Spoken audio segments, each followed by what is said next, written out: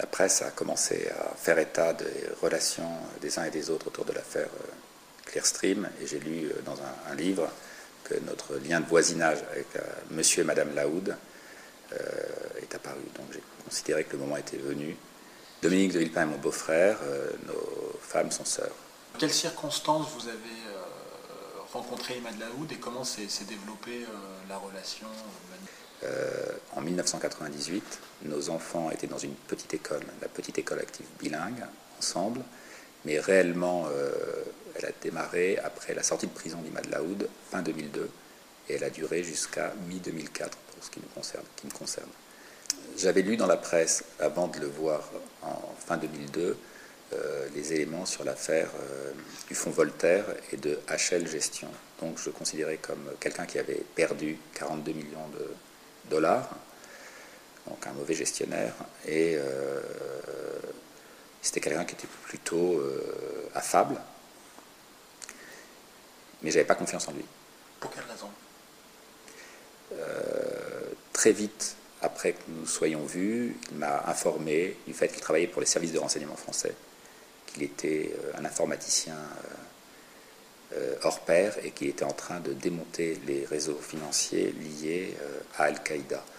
J'ai considéré que c'était une information prématurée et peu crédible. En tout cas, ce n'est pas en un dîner qu'on raconte ça à des voisins.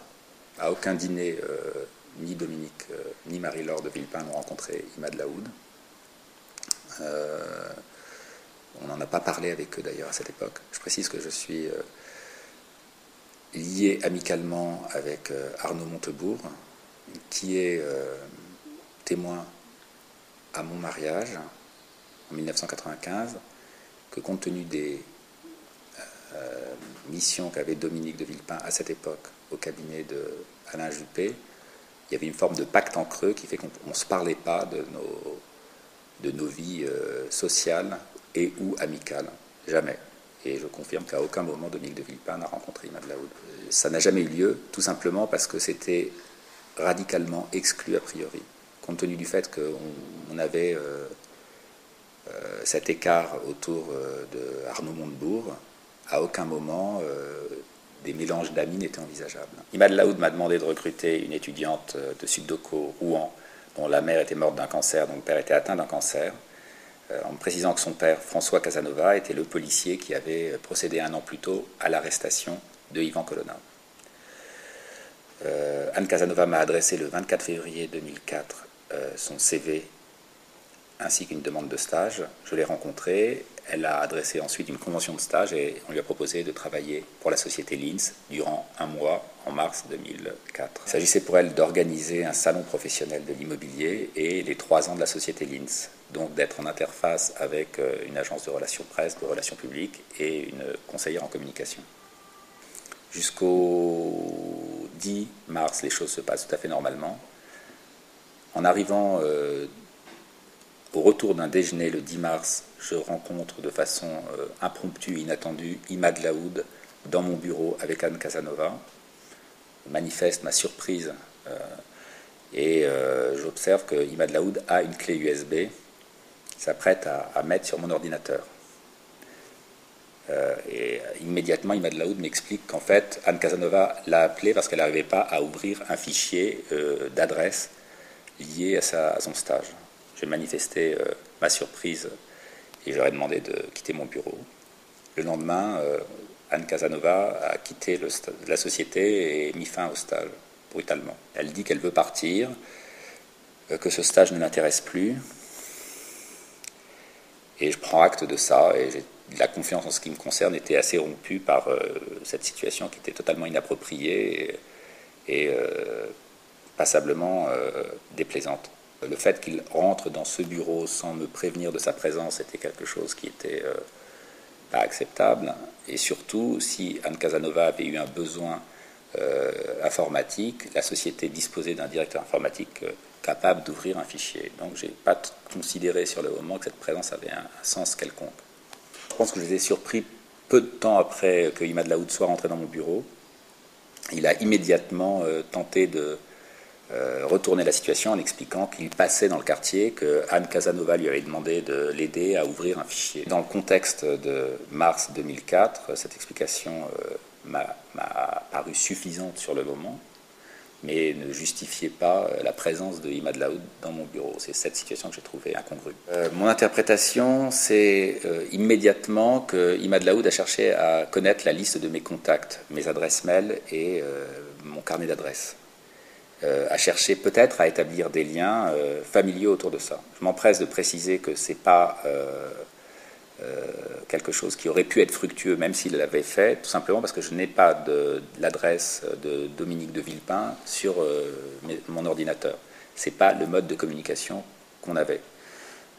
En conséquence, ça ne pouvait pas fonctionner comme ça.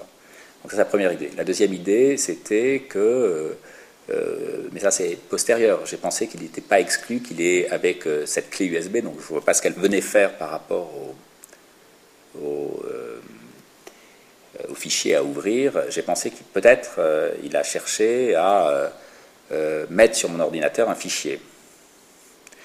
Je précise que l'ordinateur, je ne l'ai plus depuis plusieurs années, donc ce n'est pas quelque chose que je peux vérifier. Et enfin, il y a une troisième hypothèse. Je me suis posé la question de savoir s'il ne cherchait pas plus simplement, compte tenu du fait qu'il était féru d'informatique, à mettre un cheval de Troie sur mon ordinateur pour traquer mes échanges. Je n'ai pas fait d'enquête particulière et je précise que j'ai surpris Imad Laoud dans mon bureau avec Anne Casanova très peu de temps après son arrivée. Maintenant, au travers de ce que je lis dans la presse, j'ai l'absolue conviction que l'auteur de ces faux, donc cette manipulation de fichiers, c'était évidemment Imad Laoud.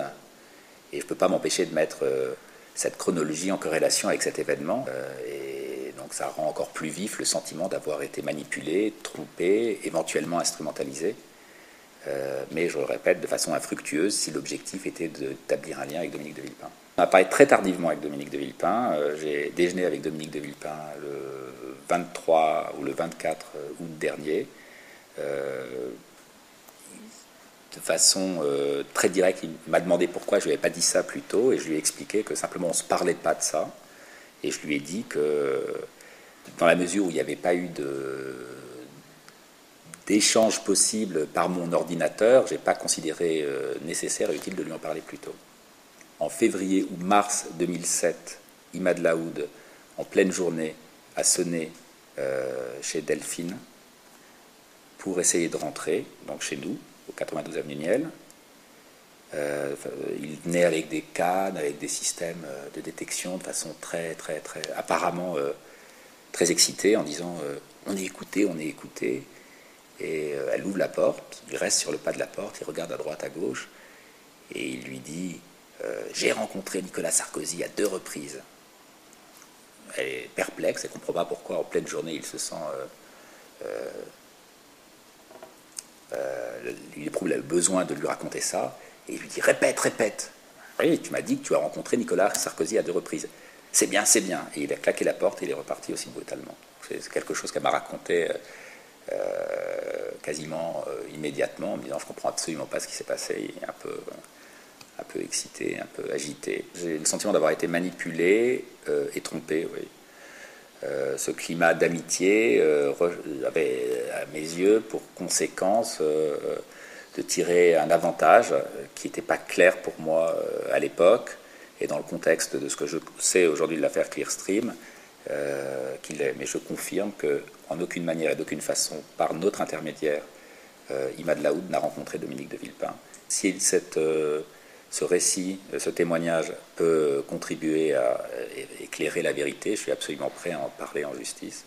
J'observe que personne ne m'a jamais demandé de le faire et que je n'ai pas souhaité particulièrement jusqu'à ce que notre nom apparaisse dans les journaux, enfin dans un livre, donner une publicité particulière à cette situation. Et je suis absolument prêt à contribuer par ce témoignage à éclairer le cours de la justice sur cette affaire pour le moins confuse.